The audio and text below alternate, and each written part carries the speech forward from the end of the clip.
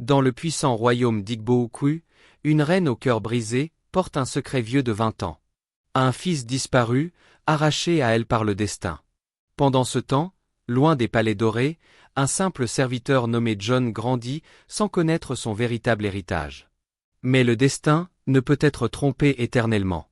Lorsqu'une rencontre fortuite réveille des souvenirs enfouis, la vérité commence à émerger. Un médaillon oublié, une ressemblance troublante, et bientôt, tout le royaume retient son souffle. Pourtant, être l'héritier du trône ne suffit pas. John doit affronter 3 épreuves: la force, la sagesse et la justice. Il devra prouver qu'il est digne de porter la couronne, face aux doutes du conseil, aux intrigues de la cour et aux ombres de son passé. Parviendra-t-il à reconquérir son destin et à s'imposer comme le prince légitime d'Igbo-Ukwu? Ou succombera-t-il aux épreuves qui l'attendent? Préparez-vous à une histoire de trahison, de sacrifice et de triomphe. Car ce n'est pas seulement l'histoire d'un prince retrouvé. C'est l'histoire d'un homme qui doit devenir un roi. Le soleil couchant embrasait les cieux du royaume d'Igbo-Ukwu d'une teinte dorée, projetant de longues ombres sur les palais richement ornés. La reine Adanma, drapée dans un somptueux tissu akouette brodé de fils d'or, se tenait sur la terrasse de sa résidence royale, son regard perdu vers l'horizon. Elle était une femme d'une rare beauté, avec une silhouette majestueuse et une prestance qui imposait le respect. Ses lourds colliers d'ivoire et ses bracelets de corail luisaient sous les derniers rayons du jour, mais malgré tout son apparat, une blessure invisible continuait de la tourmenter. 20 années s'étaient écoulées depuis ce jour maudit où on lui avait arraché son fils.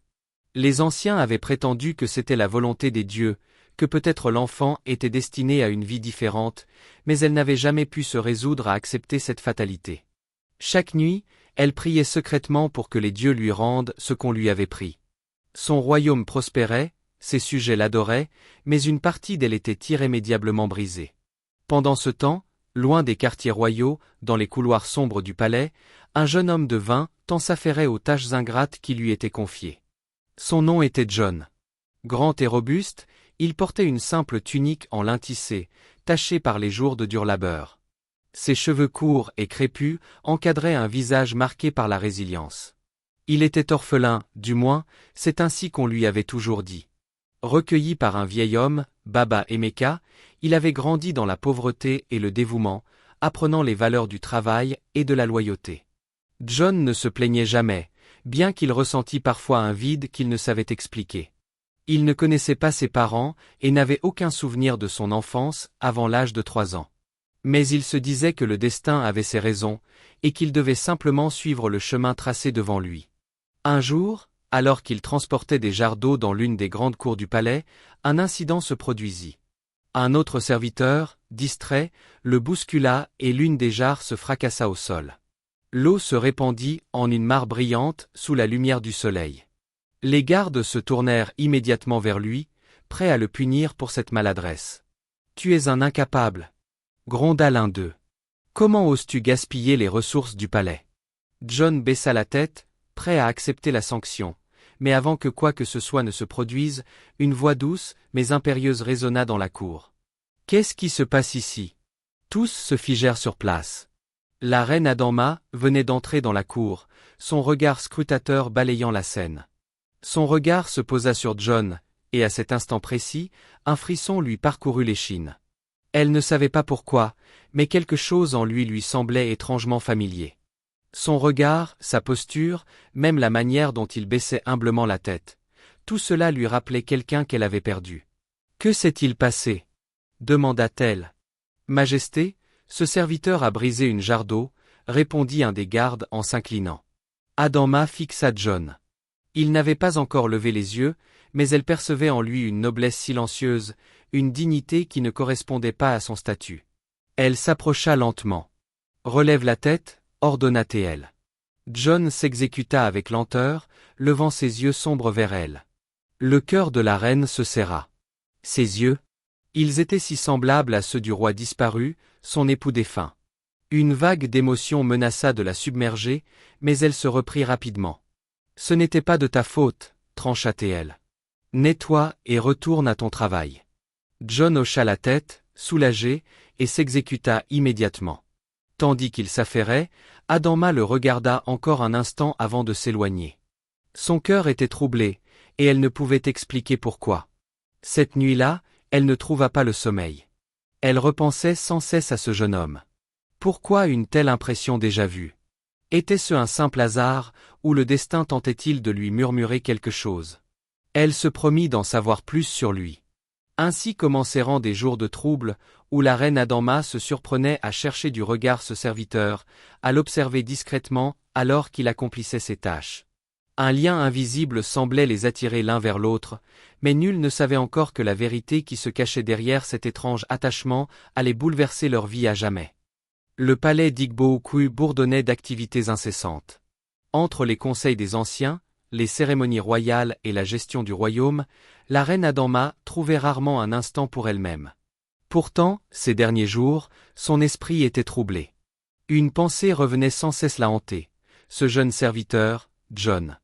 Elle ne comprenait pas pourquoi elle s'attachait autant à lui. Chaque fois qu'elle croisait son regard, une étrange chaleur envahissait son cœur, un sentiment qu'elle n'avait plus ressenti depuis des années. Son instinct lui murmurait que ce n'était pas un simple serviteur. Mais comment expliquer cette familiarité troublante?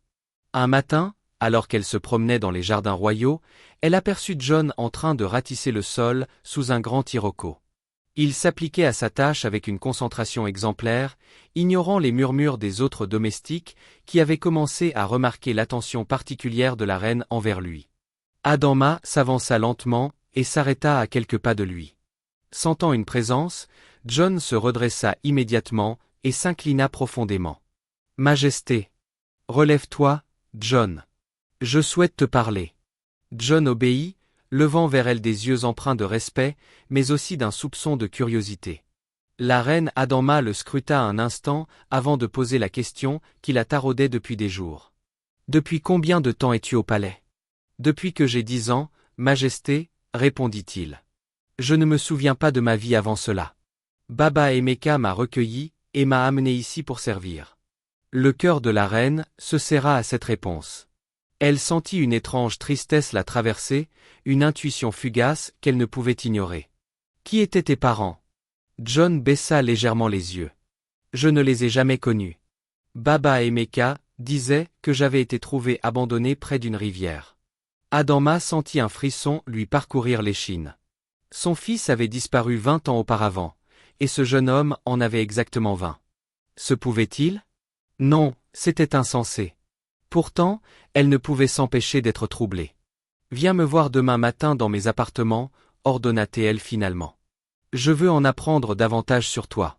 John hocha la tête avec respect, sans oser poser de questions. Mais en son cœur, il sentit un frémissement étrange. Pourquoi la reine s'intéressait-elle autant à lui? Les jours suivants, leur relation devint un sujet de conversation brûlant dans le palais. Certains courtisans murmuraient que la reine était tombée sous le charme du jeune serviteur, d'autres supposaient qu'il était un fils illégitime du roi défunt. Seuls Adamma et John savaient que leur lien était bien plus profond que ce que les apparences laissaient croire. Au fil des conversations, la reine découvrit en John une intelligence et une noblesse d'âme inhabituelles chez un simple serviteur. Il parlait avec éloquence, faisait preuve d'une grande sagesse et semblait posséder une force intérieure hors du commun. Chaque jour, son trouble grandissait. John, de son côté, ressentait quelque chose d'indescriptible. Plus il passait de temps en compagnie d'Adamma, plus il était attiré par elle. Mais il savait que cela était interdit, impossible. Pourtant, il ne pouvait ignorer ce lien inexplicable qui l'unissait à la souveraine. Une nuit, alors qu'il était chargé d'allumer les lampes dans la grande salle du trône, il surprit une conversation entre deux conseillers du palais. La reine semble troublée ces derniers temps, disait l'un d'eux. Oui, et tout cela à cause de ce serviteur, ajouta l'autre. C'est étrange. Il y a quelque chose en lui, une ressemblance frappante avec le roi défunt. John, caché dans l'ombre, sentit son cœur s'accélérer. Pourquoi disait-on cela? Pouvait-il y avoir un lien entre lui et la reine? Cette nuit-là, il ne put fermer l'œil. Son cœur et son esprit étaient en proie à une tempête qu'il ne pouvait contrôler. Il savait que bientôt, la vérité éclaterait, et qu'elle changerait leur vie à jamais. La rumeur se propageait comme une traînée de poudre dans les couloirs du palais. La reine Adama passait de plus en plus de temps en compagnie du jeune serviteur John. Les murmures s'élevaient parmi les courtisans et les anciens du conseil, chacun tentant de deviner la nature exacte de leur relation. Certains parlaient d'une faveur royale inexplicable, d'autres osaient chuchoter qu'un amour interdit naissait entre eux. Mais la vérité était bien plus complexe. Depuis leur première conversation, Adama n'avait cessé de penser à John. Chaque trait de son visage, chaque inflexion de sa voix lui rappelait quelqu'un. Une douleur ancienne refaisait surface, un vide qu'elle avait tenté d'oublier pendant 2 décennies. Son fils disparu. L'enfant qu'on lui avait arraché le jour de sa naissance. Pouvait-il être? Non, l'idée même était insensée. Et pourtant, elle ne pouvait se départir de cette sensation. Décidée à en avoir le cœur net, elle convoqua l'un de ses conseillers de confiance, l'homme qui avait servi son époux, le roi défunt. Le vieux sage Ogbufi entra dans ses appartements en silence, s'inclinant profondément devant elle. « Majesté, vous m'avez fait appeler. »« Oui, Ogbufi, » répondit Adama en soupirant. « J'ai une tâche délicate pour toi. Je veux que tu enquêtes sur l'origine de ce jeune serviteur du palais, John. Trouve-moi des réponses sur son passé. » Le regard du vieil homme s'attarda un instant sur la reine avant qu'il ne hoche lentement la tête. « Considérez cela comme fait, Majesté. » Pendant ce temps, John se sentait de plus en plus tiraillé par ses émotions. Son cœur battait plus vite chaque fois qu'il croisait la reine. Une part de lui voulait fuir cet étrange attachement, mais une autre était inexorablement attirée par elle. Il n'osait en parler à personne, pas même à Baba Emeka, l'homme qu'il avait recueilli et élevé. Un soir, alors qu'il terminait une tâche tardive dans les cuisines du palais, il aperçut une silhouette se glisser dans l'ombre. Intrigué, il suivit discrètement jusqu'à la cour intérieure. Là, il surprit une conversation entre Ogbufi et un autre homme. Il parlait de lui. « Il a été trouvé près de la rivière, dis-tu » demanda Ogbufi, la voix basse mais chargée d'émotion. « Oui » répondit l'autre homme, un vieil ami de Baba Emeka. Un nourrisson abandonné, enroulé dans un tissu de soie rouge, avec un médaillon d'or autour du cou. Le souffle de John se coupa. Il porta la main à son cou, là où il portait toujours ce médaillon, son seul héritage connu. Ses pensées s'emballèrent. Qui était-il réellement?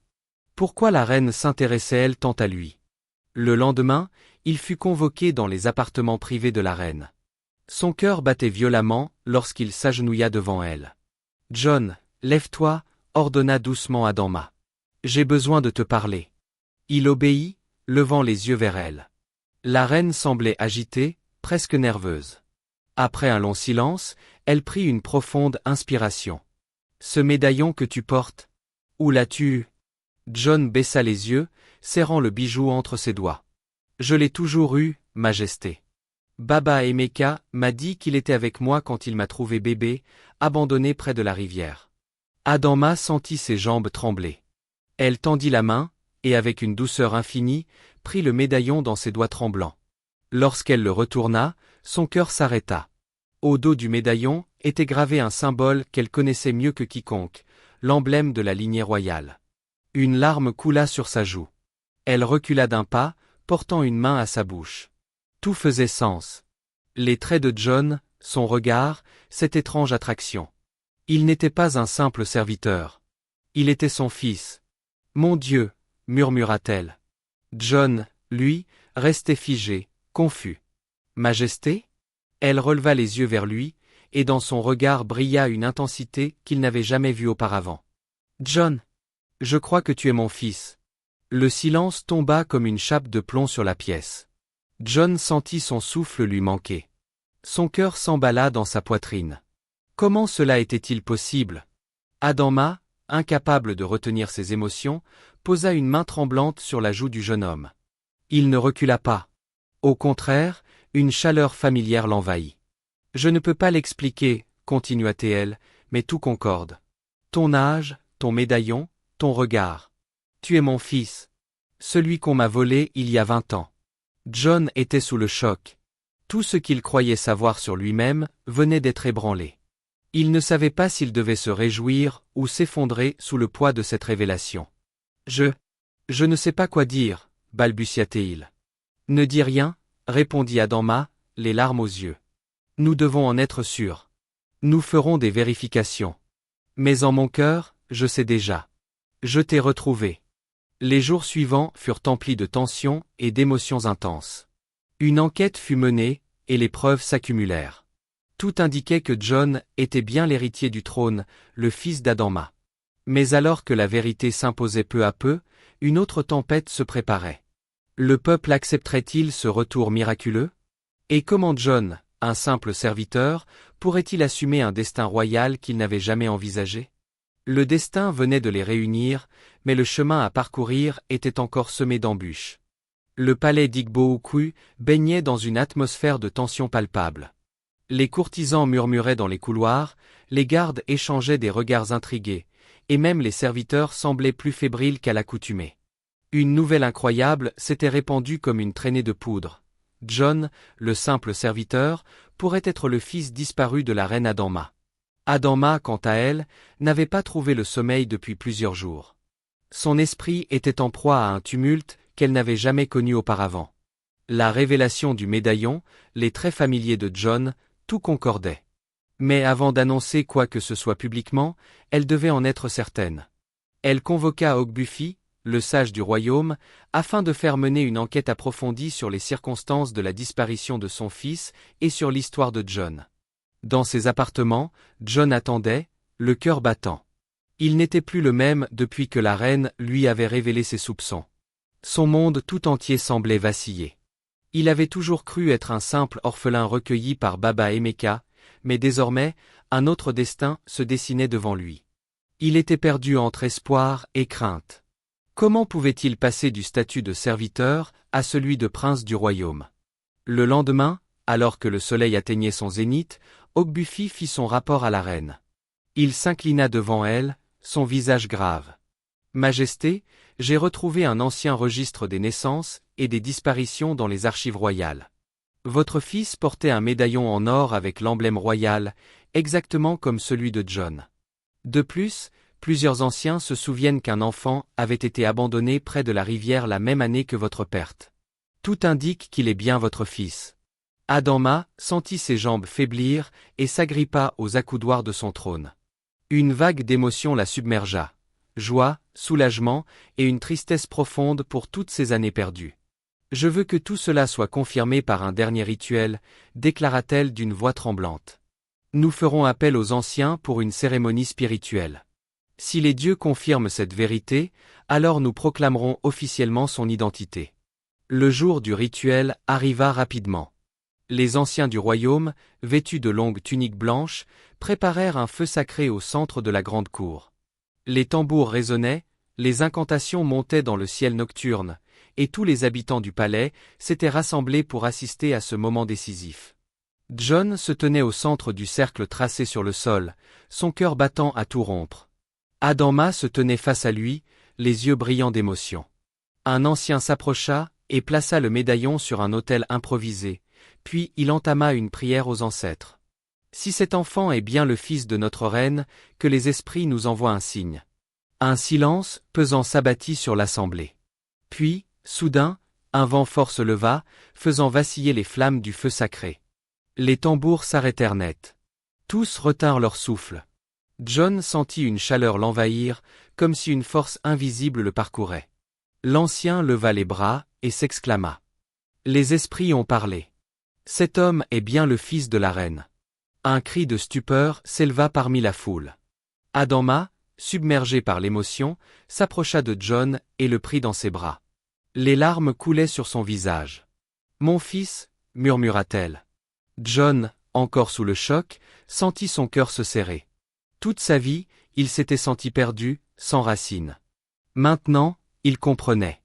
Il appartenait à ce royaume, à cette femme qu'il avait cherchée toute sa vie. Mais alors que l'euphorie gagnait la foule, une voix s'éleva parmi les courtisans. Un simple serviteur ne peut pas devenir prince aussi facilement. C'était le conseiller Eze, un homme influent et ambitieux, qui voyait d'un mauvais œil cette soudaine ascension. Il faut plus qu'un rituel pour qu'il prenne sa place légitime. Il doit prouver qu'il est digne de son héritage. Un murmure parcourut l'assemblée. La question était légitime. John n'avait jamais été formé à la royauté, il ne connaissait rien aux responsabilités d'un prince. Adama se redressa, son regard transperçant aise. Mon fils se soumettra aux épreuves traditionnelles des princes héritiers. Il prouvera sa valeur devant tout le royaume. John regarda sa mère, puis la foule. Il comprenait que son retour ne serait pas simple, mais il était prêt à relever le défi. Ainsi, la révélation de sa véritable identité n'était que le début d'un long chemin semé d'épreuves. Mais une chose était certaine, le destin l'avait ramené là où il devait être. Les premières lueurs de l'aube se répandaient sur le royaume d'Igbo-Ukwu, teignant le ciel de nuances dorées et pourpres. Dans la grande cour du palais, les préparatifs pour les épreuves du prince héritier étaient en cours. Les tambours résonnaient, appelant le peuple à se rassembler pour être témoin d'un moment historique. John, le fils retrouvé de la reine Adama, devait prouver sa valeur avant d'être officiellement proclamé prince. Adama, vêtu d'un somptueux tissu à couette brodé de fils d'or, observait la scène depuis son trône. Son cœur battait avec force, partagé entre fierté et inquiétude. Son fils avait grandi dans l'ombre, ignorant tout de son héritage. Aujourd'hui, il devait prouver qu'il était digne de la couronne. Le conseiller Eze, toujours méfiant à l'égard de cette soudaine ascension, s'avança et déclara. Selon la tradition, un prince doit faire preuve de courage, de sagesse et de force. Aujourd'hui, John devra réussir 3 épreuves pour montrer qu'il est digne de son sang royal. John, vêtu d'une tunique en lin ornée du blason royal, s'avança au centre de la cour. Il sentait le poids des regards sur lui, mais il n'éprouvait ni crainte ni doute. Il savait que son destin se jouait ici, et il était prêt. La première épreuve, la force du corps et de l'esprit. On amena devant lui un guerrier réputé pour sa puissance, un homme massif du nom de Dick. Il s'agissait d'un combat rituel, non pas pour blesser, mais pour démontrer la maîtrise de son corps et de son endurance. John savait qu'il n'avait pas la force brute de Dick, mais il comptait sur son agilité et son intelligence. Le combat commença. Dick attaqua avec puissance, mais John esquiva habilement, utilisant la rapidité de ses mouvements pour éviter les coups. Il se souvenait des entraînements qu'il avait reçus enfant sous la tutelle de Baba Emeka. Après plusieurs minutes d'échange, John parvint à déséquilibrer son adversaire en utilisant une technique imprévue. Un balayage rapide qui fit chuter Dick sur le sol poussiéreux. Un silence s'abattit sur la foule avant qu'un tonnerre d'acclamations n'éclate. La première épreuve était réussie. La deuxième épreuve, l'épreuve de sagesse. Un ancien du conseil s'approcha et posa devant John 3 objets. Une épée, un morceau de terre et une coupe remplie d'eau. Chaque objet représente une voie, expliqua l'ancien. L'épée symbolise la guerre et le pouvoir, la terre représente l'héritage et la prospérité, et l'eau incarne la sagesse et la fluidité. Choisis ce qui guidera ton règne. John contempla les objets un instant. Il savait que beaucoup attendaient qu'il prenne l'épée, symbole de force, mais son cœur lui soufflait une autre réponse. Il s'agenouilla et prit la coupe d'eau. « Je choisis la sagesse », déclara-t-il. Car un roi sans sagesse ne peut mener son peuple à la prospérité. Un murmure parcourut la foule avant que des applaudissements ne retentissent. La reine Adama ferma les yeux, submergée par l'émotion. Son fils était prêt à régner avec justesse. La troisième épreuve, le choix du sacrifice. Pour la dernière épreuve, un dilemme lui fut présenté. On amena 2 prisonniers devant lui. Un homme qui avait volé pour nourrir sa famille et un traître qui avait conspiré contre la couronne. Un roi doit savoir juger avec équité, annonça Eze. Qui de ces 2 hommes mérite la clémence et qui doit être puni? John observa les 2 hommes. Le voleur tremblait, suppliant du regard, tandis que le traître affichait un air défiant. John prit une profonde inspiration et déclara. Le voleur a agi par nécessité. Il devra réparer son crime en travaillant pour le bien du royaume, mais il sera pardonné. Quant au traître, il doit répondre de ses actes. Sa trahison aurait pu mettre en péril tout le peuple. Son verdict fut accueilli par un profond respect. Les anciens hochèrent la tête en signe d'approbation. John venait de prouver qu'il avait l'âme d'un roi. La consécration du prince héritier. Le soir même, une grande cérémonie fut organisée. Adama s'avança vers son fils et plaça une couronne d'or sur sa tête. Aujourd'hui, Mon fils retrouvé est proclamé prince héritier d'Igbo-Ukwu. S'exclama-t-elle. Le peuple acclama son nouveau prince, chantant son nom. Les tambours résonnaient dans la nuit, marquant la fin d'un long voyage et le début d'un avenir glorieux. John, désormais prince, savait que son parcours ne faisait que commencer. Mais il était prêt à embrasser son destin, guidé par la sagesse de sa mère et l'amour de son peuple. Ne manquez pas nos prochaines vidéos passionnantes. Abonnez-vous dès maintenant à notre chaîne YouTube et activez la cloche pour être les premiers informés. Télévision Claquette. Laissez un like signe pouce vers le haut, partagez avec vos amis et dites-nous en commentaire ce que vous en pensez. Fusée Bulle. Rejoignez notre communauté et vivez une expérience inoubliable.